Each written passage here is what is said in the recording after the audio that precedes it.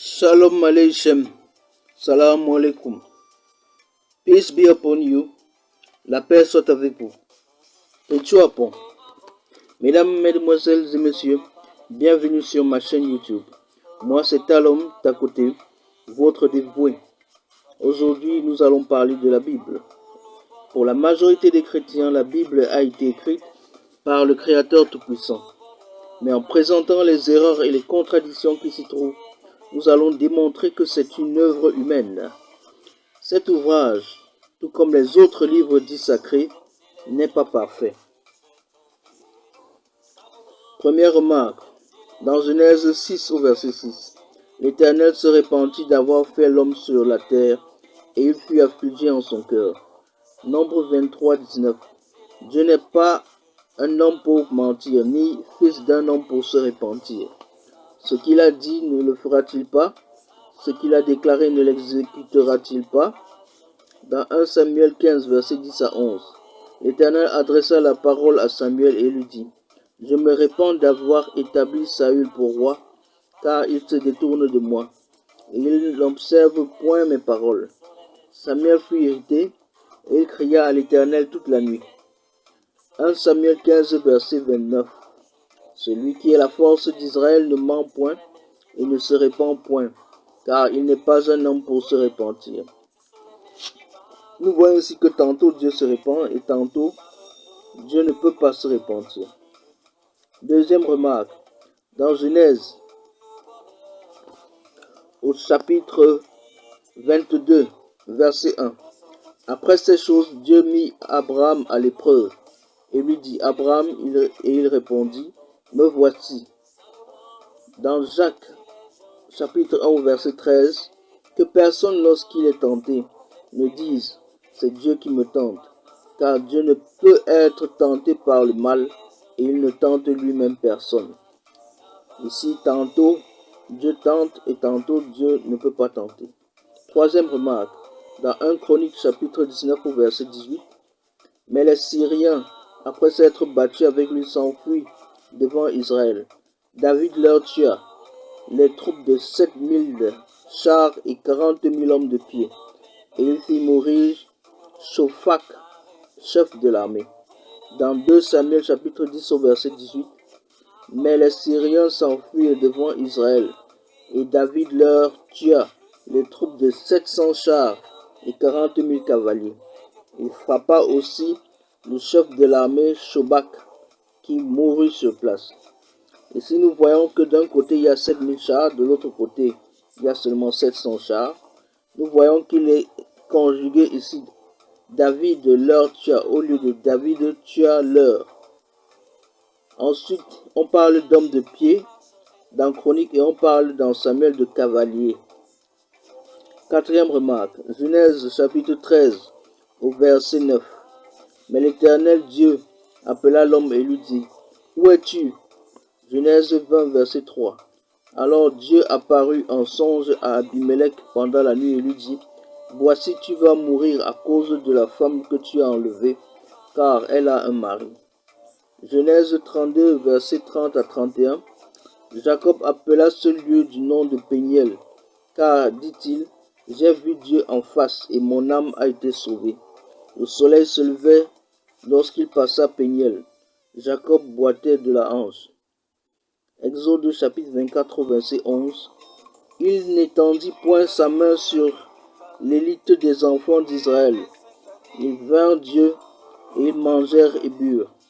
Exode chapitre 33 verset 20. L'Éternel dit, tu ne pourras pas voir ma face, car l'homme ne peut me voir et vivre.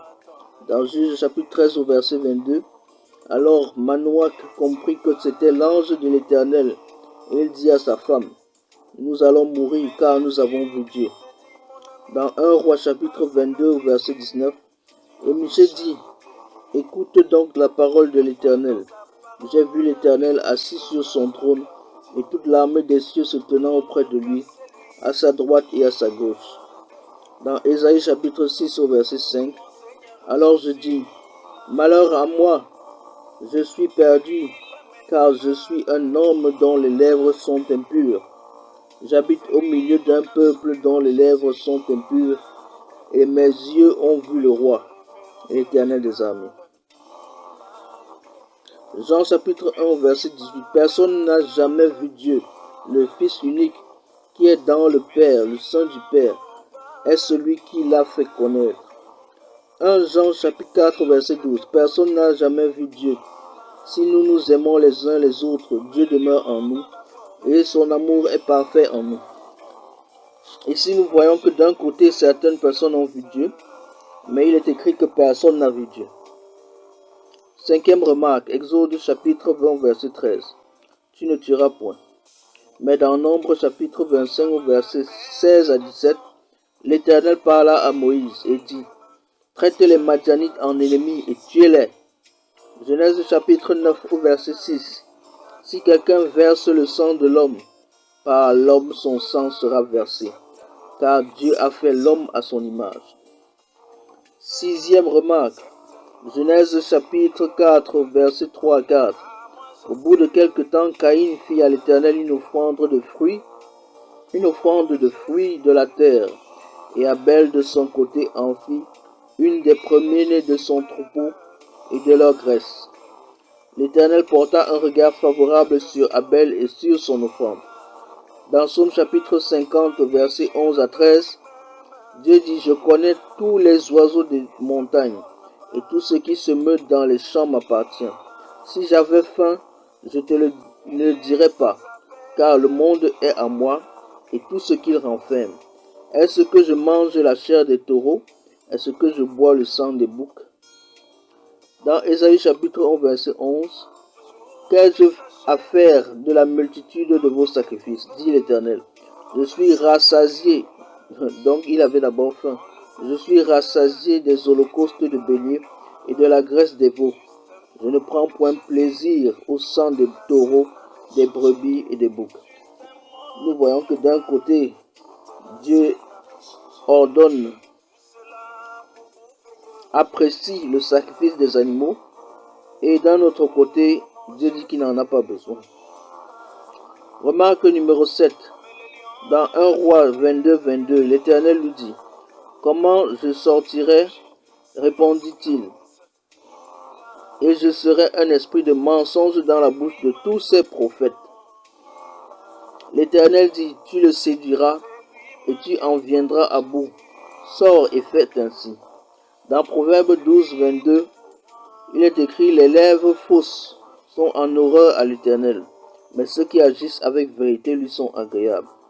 Vous voyez, d'un côté, l'Éternel cause le mensonge, et d'un autre côté, Dieu a horreur des lèvres fausses. Remarque numéro 8. Genèse chapitre 18, versets 20 à 21. Et l'Éternel dit, le cri contre Sodome et Gomorrhe s'est accru, et leur péché est énorme. C'est pourquoi je vais descendre, et je verrai s'ils ont agi entièrement selon le bruit venu jusqu'à moi. Et si cela n'est pas, je le saurai. Jérémie 23, versets 23 à 24.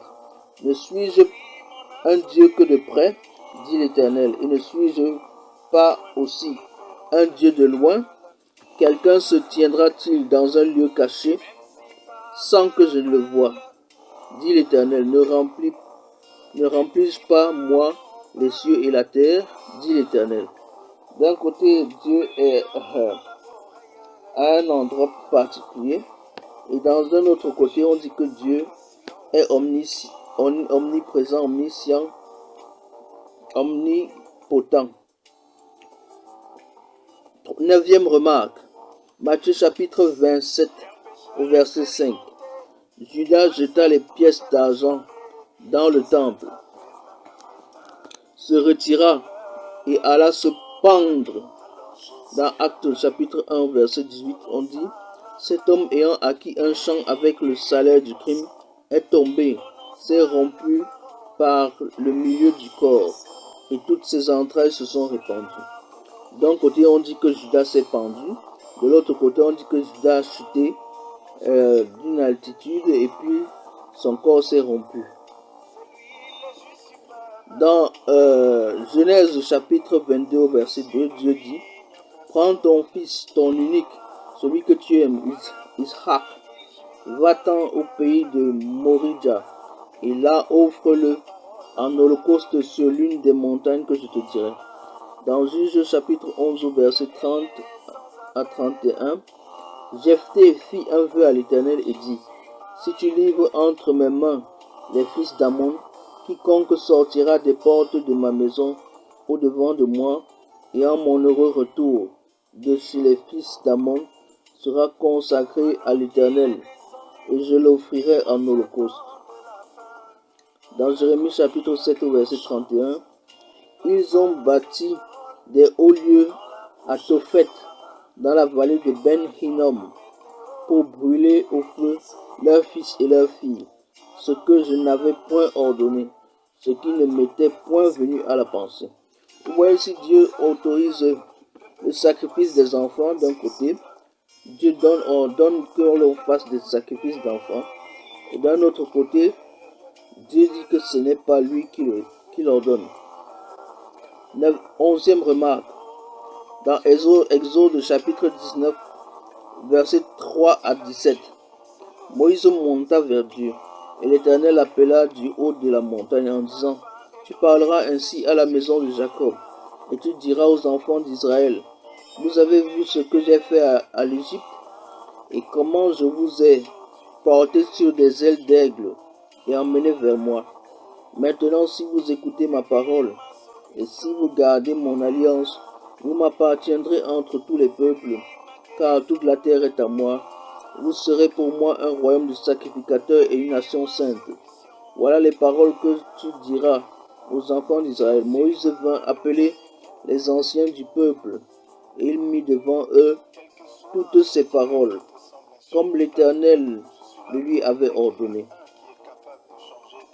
Le peuple tout entier répondit, nous ferons tout ce que l'Éternel a dit. Moïse rapporta les paroles du peuple à l'Éternel, et l'Éternel dit à Moïse, voici, je viendrai vers toi dans une épaisse nuée, afin que le peuple entende quand je te parlerai, et qu'il ait toujours confiance en toi. Moïse rapporta les paroles du peuple à l'Éternel, et l'Éternel dit à Moïse, va vers le peuple, sanctifie-les aujourd'hui et demain, qu'ils lavent leurs vêtements, qu'ils soient prêts pour le 3e jour, car le 3e jour l'Éternel descendra aux yeux de tout le peuple sur la montagne de Sinaï. Tu fixeras au peuple des limites tout alentour, et tu diras, gardez-vous de monter sur la montagne ou d'en toucher le bord.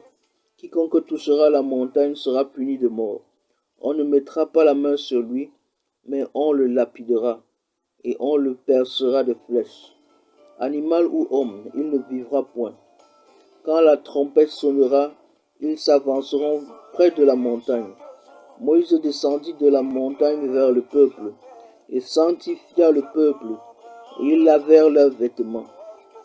Et il dit au peuple, soyez prêts dans 3 jours, ne vous approchez d'aucune femme. Le 3e jour, au matin, il y eut des tonnerres, des éclairs et une épaisse nuée sur la montagne. Le son de la trompette retentit fortement, et tout le peuple qui était dans le camp fut saisi d'épouvante. Moïse fit sortir le peuple du camp à la rencontre de Dieu, et ils se placèrent au bas de la montagne. Actes chapitre 7 verset 38, c'est lui qui, lors de l'assemblée au désert, était avec l'ange qui lui parlait sur la montagne de Sinaï, et avec nos pères, reçut des oracles vivants pour nous les donner.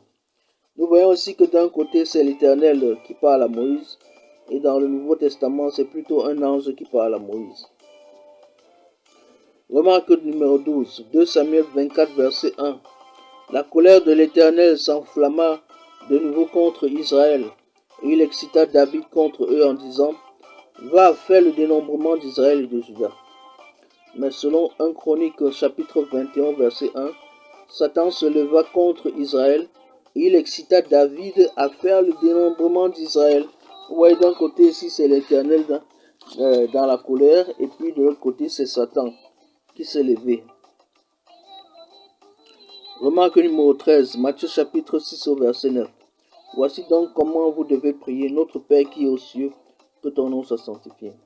Mais dans 2 Chroniques chapitre 6 au verset 18, mais quoi? Dieu habiterait-il véritablement avec l'homme sur la terre? Voici les cieux et les cieux des cieux ne peuvent le contenir. Combien moins cette maison que j'ai bâtie. Voilà, d'un côté Dieu est aux cieux, c'est selon Jésus-Christ. Et de l'autre côté, dans l'Ancien Testament, Dieu est partout. Les cieux des cieux ne peuvent le contenir. 14e remarque. Genèse chapitre 6 au verset 4. Les géants étaient sur la terre et en ce temps-là, après que les fils de Dieu furent venus vers les filles des hommes et qu'elles leur eurent donné des enfants, ce sont ces héros qui furent fameux dans l'Antiquité. Mais dans Genèse chapitre 9 au verset 20, Noé commença à cultiver la terre et planta la vigne. 15e remarque, Genèse chapitre 1 verset 1. Dieu créa au commencement le ciel et la terre. Dans la traduction de Pierre-Robert Olivetan de 1535. Ce qui est différent de au commencement Dieu créa les cieux et la terre. Selon la traduction de David Martin 1744. D'un côté c'est le ciel et de l'autre côté c'est les cieux. Donc le premier ciel, le deuxième ciel, le troisième ciel, l'univers et les multivers. 16e remarque, Exode chapitre 3 au verset 2. L'ange de l'Éternel lui apparut dans une flamme de feu au milieu d'un buisson. Moïse regarda et voici le buisson était tout en feu et le buisson ne se consumait point. Exode chapitre 3 verset 6. Et il ajouta: Je suis le Dieu de ton père, le Dieu d'Abraham, le Dieu d'Isaac, le Dieu de Jacob. Moïse se cacha le visage car il craignait de regarder Dieu. Ici on retrouve les mêmes nuances. D'un côté c'est l'ange de l'Éternel, de l'autre côté c'est Dieu. 17e remarque, Genèse chapitre 46 au verset 27. Et Joseph avait 2 fils qui lui étaient nés en Égypte. Le total des personnes de la famille de Jacob qui vinrent en Égypte était de 70. Mais dans le Nouveau Testament, dans Actes chapitre 7 au verset 14, puis Joseph envoya chercher son père Jacob et toute sa famille composée de 75 personnes. Vous voyez la différence? Dans l'Ancien Testament, c'est 70 et dans le Nouveau Testament, c'est 75. Remarque numéro 18. 1 Roi, chapitre 9 au verset 23. Les chefs préposés par Salomon sur les travaux étaient au nombre de 550, chargés de surveiller les ouvriers. Mais dans 2 Chroniques, au chapitre 8, verset 10, les chefs placés par le roi Salomon à la tête du peuple et chargés de le surveiller étaient au nombre de 250. D'un côté, on a 550 et de l'autre côté, on a 250. Remarque numéro 19, 2 Chroniques chapitre 36 au verset 9. Joachim avait 8 ans lorsqu'il devint roi et il régna 3 mois et 10 jours à Jérusalem. Il fit ce qui est mal aux yeux de l'Éternel. Nous voyons aussi que l'âge de Jéhoïakim, selon les traductions, dans Louis II et dans Neg 1979, l'âge est de 8. Mais dans la Bible du Semeur et dans Second 21, l'âge est de 18. Remarque numéro 20. 2 Samuel chapitre 24 au verset 9. Joab remit au roi le rôle du dénombrement du peuple. Il y avait en Israël 800 000 hommes de guerre tirant l'épée et en Juda 500 000 hommes. Mais selon 1 Chronique chapitre 21 verset 5, Joab remit à David le rôle du dénombrement du peuple. Il y avait dans tout Israël 1100 000 hommes tirant l'épée et en Juda 470 000 hommes tirant l'épée. Vous voyez les différences de nombre. Remarque numéro 21. Ecclésiaste, chapitre 1 au verset 9. Ce qui a été, c'est ce qui sera, et ce qui s'est fait, c'est ce qui se fera. Il n'y a rien de nouveau sous le soleil. Et dans Ecclésiaste chapitre 2 au verset 11, il n'y a aucun avantage à tirer de ce qu'on fait sous le soleil. La question c'est, est-ce qu'il n'y a véritablement rien de nouveau? Avec toutes les transformations que l'homme a bâties sur la terre et les technologies actuelles, il n'y a rien de nouveau. Remarque numéro 22. Matthieu chapitre 27 au verset 44. Les brigands crucifiés avec lui l'insultaient de la même manière. Mais selon Luc chapitre 23 au verset 40, mais l'autre le reprenait et disait, ne crains-tu pas Dieu, toi qui subis la même condamnation? Donc, d'un côté, les deux brigands ont insulté Jésus, et de l'autre côté, il y a un qui a insulté Jésus et l'autre qui l'a réprimandé. Remarque chapitre 23, Matthieu chapitre 5 au verset 9. Heureux ceux qui procurent la paix, car ils seront appelés fils de Dieu. Mais dans Matthieu chapitre 10 au verset 34, ne croyez pas que je sois venu apporter la paix sur la terre. Je ne suis pas venu apporter la paix, mais l'épée. D'un côté, Jésus dit que les gens qui procurent la paix sont heureux. Et de l'autre côté, il dit que lui, il n'est pas venu pour la paix. Remarque chapitre 24. Remarque numéro 24. Matthieu chapitre 2 au verset 1. Jésus étant né à Bethléem en Judée, au temps du roi Hérode, voici des mages d'Orient arrivèrent à Jérusalem. En réalité, Hérode est mort 4 ans avant, selon d'autres archives historiques, dont Jésus aurait vécu entre l'an -5 BC à l'an 28 AD, Anno Domini, et -5 before Christ, sachant que l'an 0 n'existe pas, pour qu'au total on ait 33 ans. Remarque numéro 25. Jean chapitre 5 au verset 31. Si c'est moi qui rends témoignage de moi-même, mon témoignage n'est pas vrai.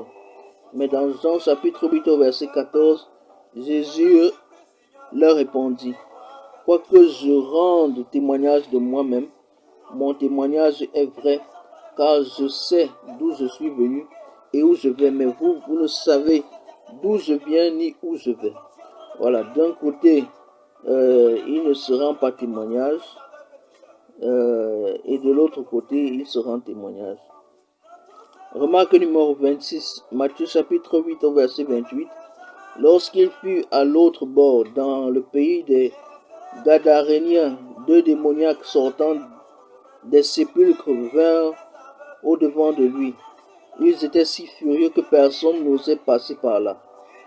Mais dans Marc chapitre 5 au verset 1 à 2, ils arrivèrent à l'autre bord de la mer, dans le pays des Gadaréniens. Aussitôt que Jésus fut hors de la barque, il vint au-devant de lui un homme, un seul démoniaque, pas deux, sortant des sépulcres et possédé d'un esprit impur. La remarque numéro 27. Matthieu chapitre 21 verset 1 à 2. Lorsqu'ils approchèrent de Jérusalem et qu'ils furent arrivés à Bethphagée, vers la montagne des Oliviers, Jésus envoya 2 disciples en leur disant, allez au village qui est devant vous. Vous trouverez aussitôt une ânesse attachée et un ânon avec elle. Détachez-les et emmenez-les-moi. Mais dans Marc chapitre 11 au verset 2, il est écrit en leur disant, allez au village qui est devant vous. Dès que vous y serez, entrez, vous trouverez un ânon, un seul ânon, il n'y a pas d'ânesse, sur lequel aucun homme ne s'est encore assis. Détachez-le et non détachez-les, et amenez-le. Remarque numéro 28, Acte chapitre 9 au verset 27. Les hommes qui l'accompagnaient demeuraient stupéfaits. Ils entendaient bien la voix, mais ils ne voyaient personne. Acte chapitre 22 au verset 9. Ceux qui étaient avec moi virent bien la lumière, mais ils n'entendirent pas la voix de celui qui parlait. Alors je dis, que ferai-je, Seigneur? Remarque numéro 29, Matthieu chapitre 28 au verset 1. Après le sabbat, à l'aube du premier jour de la semaine, Marie de Magdala et l'autre Marie allèrent voir le sépulcre. Dans Marc chapitre 16 au verset 1 et 2, il est écrit: lorsque le sabbat fut passé, Marie de Magdala, Marie, mère de Jacques, et Salomé achetèrent des aromates afin d'aller embaumer Jésus. Ça fait déjà 3 personnes ici. Le premier jour de la semaine, elles se rendirent au sépulcre de grand matin, comme le soleil venait de se lever. Dans Jean chapitre 20 au verset 1, le premier jour de la semaine, Marie de Magdala, seule, se rendit au sépulcre dès le matin, comme il faisait encore obscur, et elle vit que la pierre était ôtée du sépulcre. Remarque numéro 30. Matthieu chapitre 23 au verset 35. Afin que retombe sur vous tout le sang innocent répandu sur la terre, depuis le sang d'Abel le juste jusqu'au sang de Zacharie fils de Barachi, que vous avez tué entre le temple et l'autel. Zacharie chapitre 1 verset 1. Le 8e mois, la seconde année de Darius, la parole de l'Éternel fut adressée à Zacharie, fils de Bérékia, fils d'Ido, le prophète, en ces mots. Barachi, est-ce que c'est Barachi ou bien c'est Bérékia? Remarque numéro 31, 1 roi chapitre 15 verset 33. La 3e année d'Assa, roi de Juda, Baïcha, fils d'Achija, régna sur tout Israël à Tirsa. Il régna 24 ans. Mais dans 2 Chroniques chapitre 16 au verset 1, on dit la 36e année du règne d'Assa, et non la 3e année. Baïcha, fils roi d'Israël, monta contre Juda. Il bâtit Rama pour empêcher ceux d'Asa, roi de Juda, de sortir et d'entrer. 24 ou plus de 36 ans de règne. Donc, voilà encore une erreur. Remarque numéro 32. Matthieu chapitre 17 au verset 1. 6 jours après, Jésus prit avec lui Pierre, Jacques, Jean et son frère et les conduisit à l'écart sur une haute montagne. Mais dans Luc chapitre 9 au verset 28, il est écrit: environ 8 jours après qu'il eut dit ces paroles, Jésus prit avec lui Pierre, Jean et Jacques et il monta sur la montagne pour prier. Est-ce 6 jours ou bien 8 jours? Remarque numéro 33. Dans 2 Rois 2, 11. Comme il continuait à marcher en parlant, voici un char de feu et des chevaux de feu les séparèrent l'un de l'autre, et Élie monta au ciel dans un tourbillon. Malachie chapitre 3 verset 1. Voici, j'enverrai mon messager, il préparera le chemin devant moi, et soudain entrera dans son temple le Seigneur que vous cherchez, et le messager de l'alliance que vous désirez. Voici, il vient, dit l'Éternel des armées. Dans Malachie chapitre 4 versets 5 à 6 que nous connaissons, tous, voici, je vous enverrai Élie le prophète, avant que le jour de l'Éternel arrive. Ce jour grand et redoutable, il ramènera le cœur des pères à leurs enfants, et le cœur des enfants à leurs pères, de peur que je vienne frapper le pays d'interdit. Dans Matthieu chapitre 11 verset 14, il est écrit: car tous les prophètes et la loi ont prophétisé jusqu'à Jean-Baptiste. Et si vous voulez le comprendre, c'est lui qui est l'Élie qui devait venir. Là, c'est une parole de Jésus qui dit que Jean-Baptiste, c'est Élie. Dans Matthieu chapitre 17, verset 1 à 3, il est écrit: 6 jours après, Jésus prit avec lui Pierre, Jacques et Jean son frère, et il les conduisit à l'écart sur une montagne. Il fut transfiguré devant eux, son visage resplendit comme le soleil, et ses vêtements devinrent blancs comme la lumière. Et voici, Moïse et Élie leur apparurent, s'entretenant avec lui. Comment ils ont su que c'est Élie et que ce n'est pas Jean-Baptiste? Dans Hébreux chapitre 9, au verset 27, il est écrit: et comme il est réservé aux hommes de mourir une seule fois, après quoi vient le jugement. Donc, d'un côté, Élie qui a été enlevé a été encore réincarné. Est-ce que c'est possible ça? Élie enlevé ne peut plus encore réincarner. Nous continuons. Bon, nous allons préciser que les langues ne se traduisent, les noms des personnes ne se traduisent pas. Donc, quand on dit Ya en Fambeti, ça reste Ya en anglais. Quand c'est Cephas en hébreu, ça reste Cephas en mandarin. Et si c'est Obama en swahili, ça reste Obama en espagnol. Donc les noms ne se déforment pas, ne se changent pas. C'est Yeshua HaMashiach et c'est pas Jésus-Christ. Remarque numéro 34. Genèse chapitre 6 au verset 3. Et Yahweh dit, mon esprit ne demeurera pas toujours dans l'homme, car l'homme n'est que chair, et ses jours seront de 120 ans. Mais qu'est-ce qui se passe à Genèse chapitre 25 verset 7? Il est écrit, voici les jours des années de la vie d'Abraham. Il vécut 175 ans, c'est-à-dire plus de 120 ans. Dieu s'est trompé ou... dans Genèse chapitre 35 au verset 28, il est écrit, les jours d'Isaac furent de 180 ans. Peut-être que c'est l'exception qui confirme la règle, mais là, la parole de Dieu ne s'est pas appliquée à Abraham ni à Isaac. Remarque numéro 35. Et on dit que c'est un Dieu impartial. Remarque numéro 35. Exode chapitre 21, versets 23 à 25. Mais il y a un accident, tu donneras vie pour vie, œil pour œil, dent pour dent, main pour main, pied pour pied, brûlure pour brûlure, blessure pour blessure, meurtrissure pour meurtrissure.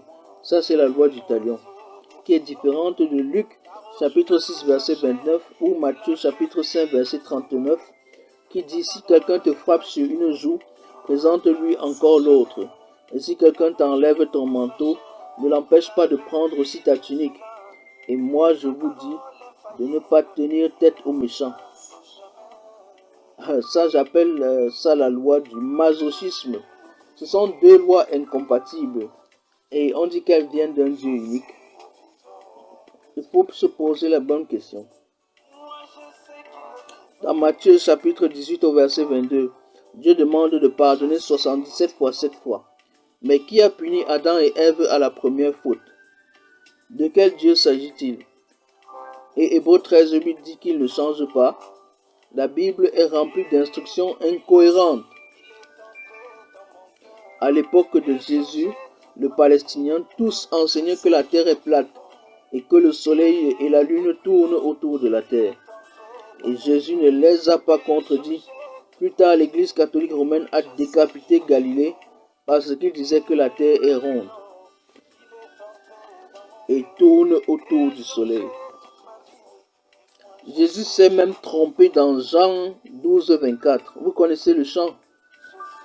Si le grain de blé tombé en terre refuse de mourir, la moisson de l'espoir des hommes ne pourra jamais fleurir.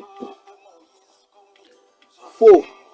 La science démontre qu'une graine morte ne peut pas transmettre la vie. Faites cuire une graine puis plantez-la. Vous n'obtiendrez rien parce que toutes les cellules sont mortes.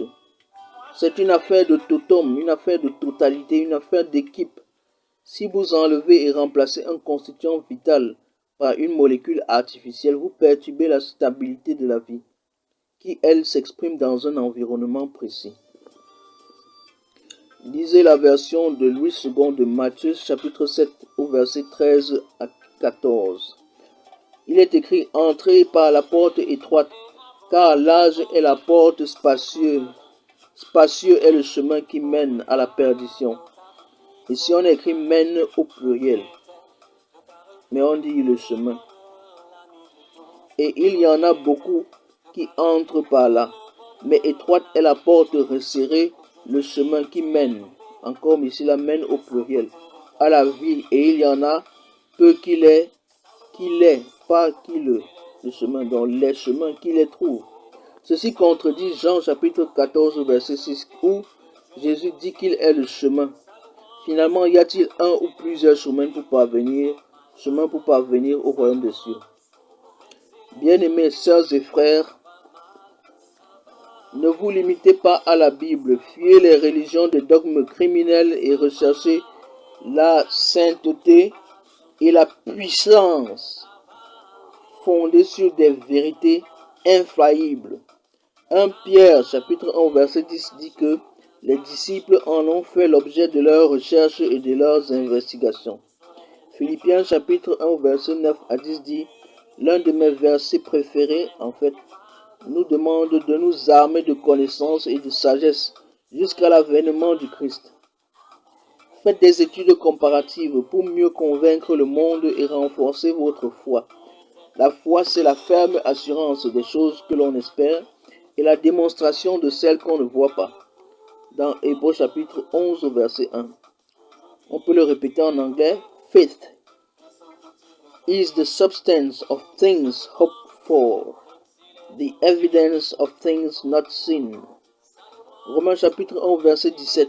Le juste vivra par la foi. Hébreux chapitre 10 verset 38. Le juste vivra par la foi. Habakkuk chapitre 2 verset 4. Le juste vivra par la foi. Galates chapitre 3 verset 11. Le juste vivra par la foi. Éphésiens 2 verset 9 à 10. Nous sommes sauvés par grâce, par le moyen de la foi. La spiritualité consiste à développer la lumière qui est en nous, et non à faire du bruit. Bien que le bruit réveille le corps physique, c'est cette lumière qui éveille nos sens spirituels. Observez cette image. Si en fermant les yeux, vous n'avez jamais vu ce cercle rayonnant, cet anneau stellaire, alors vous n'êtes pas né de nouveau.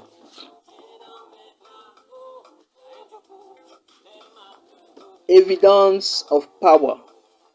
1 Thessaloniciens chapitre 1, verset 4 à 5 nous dit, nous savons, sœurs et frères, aimés de Dieu, qu'il vous a choisis parce que notre évangile ne vous a pas été prêché en parole seulement, mais avec puissance, avec l'Esprit Saint et avec une pleine conviction. Je lance un appel ici à tous les prêtres pasteurs, les soi-disant croyants, les assabioles et les docteurs de l'Église. Que Blaise Kanda vienne répondre, que Gédéon de la Tchétchouva vienne répondre, que Kakou Philippe vienne répondre, que David Edouard Ward vienne répondre, que les dénominations, les églises de réveil, les non-alignés viennent contester mes remarques. Koye de Adeboye, jusqu'aux patriarches orthodoxes viennent répondre. Chers sœurs et frères, quel que soit votre bord, je vous prends à témoin. Likez cette vidéo, cliquez sur la cloche de notification, commentez et partagez pour recevoir la lumière divine. Sommes-nous prêts pour l'enlèvement? Sommes-nous prêts pour la résurrection? Shalom Aleichem. Salam alaikum. Peace be upon you. La paix soit avec vous. Pechoapon. Shalom Aleichem. Salam alaikum. Peace be upon you. La paix soit avec vous. Pechoapon. Mesdames, mesdemoiselles et messieurs.